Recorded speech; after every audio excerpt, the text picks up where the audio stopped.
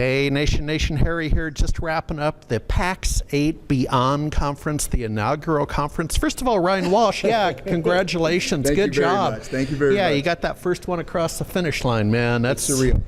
Yeah, been know a thing or two about events. But Ryan, more importantly, I want to talk about community-led growth. You know, I shared with you the other day in the hallway that academic journals are starting to discuss this, and honestly, it's what a lot of us have been doing for 20 years. Absolutely. So talk to me. What's your job? What do you think about community growth? Yeah, so my job, first and foremost, I'm channel chief. I'm kind of a Swiss Army knife with Pax8. I'm currently the chief strategy officer, but I'm a co-founder. So I was there in the basement days talking about what we were trying to do. Yeah. And very nice. We're really,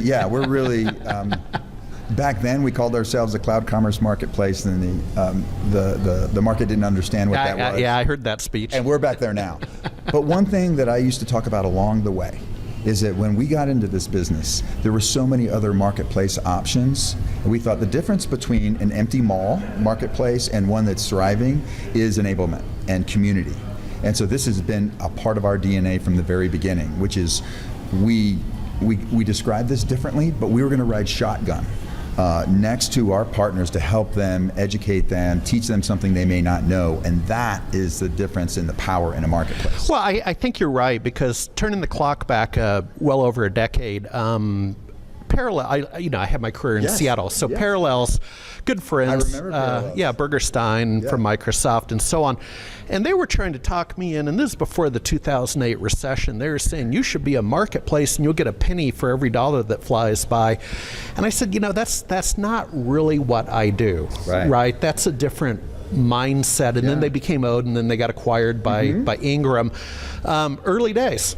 Well, I tell you, I was with John's prior startup, MX Logic, and Scott Jason was there, CTO, but we wrote integration to Odin.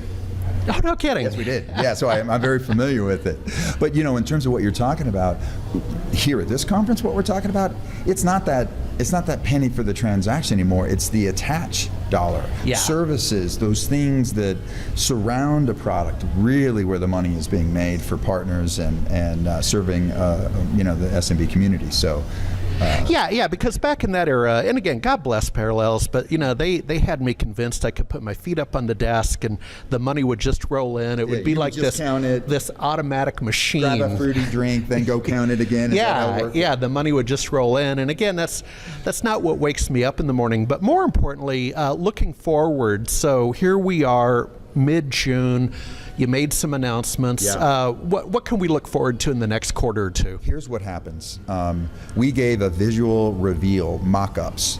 Right after that, we went into sessions with partners who had a lot of questions, like how is this going to work? Or what about this specific use case? Right now, we're moving from this time into design partners, beta, into the fall. And so what we're going to do is take all this feedback and start working with a few select partners, and we'll shape what they're going to see, and we'll shape what that vision is that we got presented today on the stage by Scott, and then we'll release that coming into the first half of 2024. Okay, first half. Cool. So, we're an iterative agile shop, so you're going to see things roll out into Q1 into Q2. So we have to stage it. You saw a lot of things today, or we talked about a lot of things today, and so we'll prioritize those things that are most important to partner. And I think one of those things that's going to be up front is something we called Opportunity Explorer. Yeah.